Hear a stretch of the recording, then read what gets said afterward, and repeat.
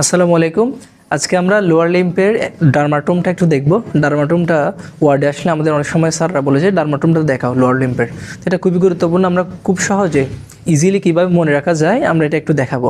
আমরা প্রথমে হচ্ছে L1 হচ্ছে আমরা যখন পকেটে হাত দিব এটা হচ্ছে L1। তো পকেটে হাত দেওয়ার পর এটা L1, এই যে L1 এখান থেকে আমাদের up to the end of the pocket কিন্তু তার ভিতর আছে, এই যে এটা up to the end of the pocket এটা হচ্ছে L2। End of the pocket থেকে নি পর্যন্ত এটা হচ্ছে L3। মিডিয়ালি যখন যাবে মিডিয়ালি এটা হচ্ছে L4। ল্যাটারালি হচ্ছে L5। ল্যাটারালি থেকে শুরু করে এটা আমাদের হচ্ছে পায়ের ডসম অফ দ্য ফুট, এটা পর্যন্ত হচ্ছে L5।